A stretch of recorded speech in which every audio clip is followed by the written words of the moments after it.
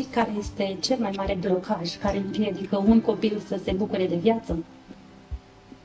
Faptul că părinții nu sunt bine, faptul că părinții nu se bucură sau poate că au o suferință, copilul dintr-o iubire oarbă nu își dă voie să se bucure el de viață.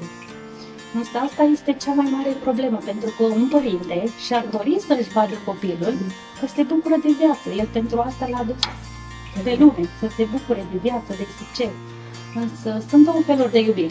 O iubire oarbă și o iubire conștientă. Dacă noi înțelegem lucrurile acestea, că nu ne facem un bine părinților, suferind la fel ca ei, trăind eșecul la fel ca ei, ca să le fim loiali, putem să iubim conștient, adică să despărțim poveștile și să nu fim continuarea poveștilor lor. Pentru că știi ce? Dacă un părinte nu și-a trăit relația de iubire, emoția aceea a rămas înmagazinată în el și a fost transmisă mai departe copilul. Și copilul nu își dă voie să trăiască o relație de iubire pentru că este loial unui părinte.